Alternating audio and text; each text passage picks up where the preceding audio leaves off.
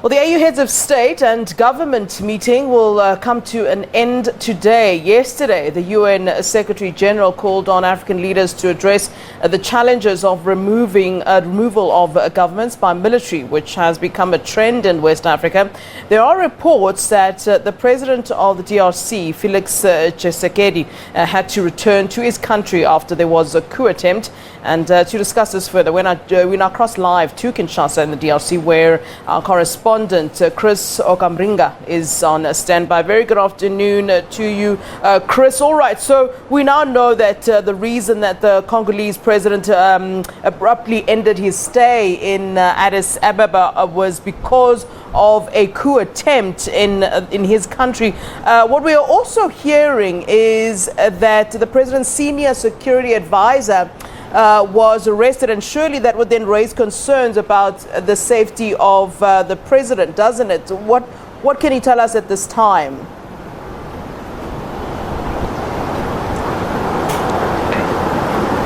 Well, it's true that Mr. Francois Beya, who's a senior security advisor of President Felix Tshekedi, was arrested in Kinshasa.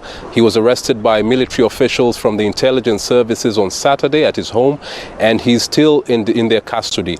We have also been informed that he was arrested in connection with a major conspiracy. Some people are saying it was a failed coup attempt, but the government and the military officials have not issued a statement about this, because this is a very sensitive matter, and many times the DRC security authorities do not want to divulge information because they say it might jeopardize their investigations. We have also been informed that Mr. Francois Beya is one of the security officials in the inner circle of President Tshekedi. He's a very powerful official. He also served under a former DRC President Joseph Kabila as the head of the immigration department, the DGM in Kinshasa, and he also worked under President Mobutu Sese Seko. So he has a wealth of experience in security matters, and his arrest has shocked very many people in Kinshasa and other parts of the country. We've also heard about some protests that have broke out today on the outskirts of Kinshasa. Members of President Felix Tshisekedi's party, the Union for Democracy and Social Progress, have been blocking roads and warning people that if anyone dares to oust their leader, there will be chaos in the country. You're talking about the fact that this senior security advisor is still in the custody of the military officials. Are we hearing, any word from them? Whenever there's some sort of a coup, those responsible for the coup seem to take some kind of pride of it, and will often kind of release videos or statements or something of the sort to say, what they're up to. That's the first part of my question. And then the second part of my question is this. I've been hearing so much about this major conspiracy. What exactly does that mean?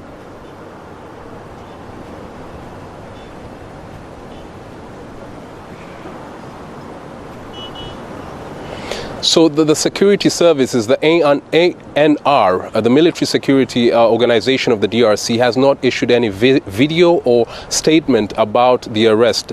So some Congolese officials are the ones who have been saying there's a major conspiracy. It's still not clear, and that has led some people to believe that it's a coup attempt. Some people who are close to the people in power in the DRC. So we haven't got any official communication, although that is an indication that there was something to do with President Tshisekedi's hold on power.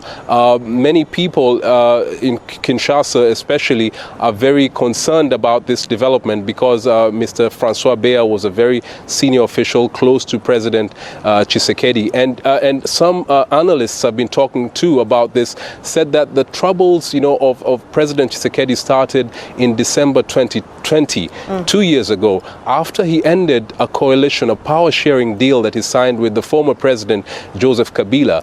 When he decided to break away from that power-sharing deal, there are some loyalists of former President Joseph Kabila who are not happy, including some military officers. And so the President Tshisekedi had to reinforce his security and also make some changes in some of these security organs of the DRC. And so what we're hearing right now, we're not sure whether there's any link with the breakaway of the power-sharing deal with this latest incident of the arrest of Mr. Francois Beya. All right, and at this point, I mean, do we have any idea? I mean, I know you've mentioned the fact that there hasn't been any word from the president or his government, but, you know, do we have any idea about, you know, what's the plan at this point? I mean, the fact that, you know, your head of security or senior security advisor, you know, is in the custody of military officials and they're responsible for an attempted coup is a very serious matter. Do we know what happens at this stage? Because if there's an attempted coup, ultimately they are warning that they are going to keep trying.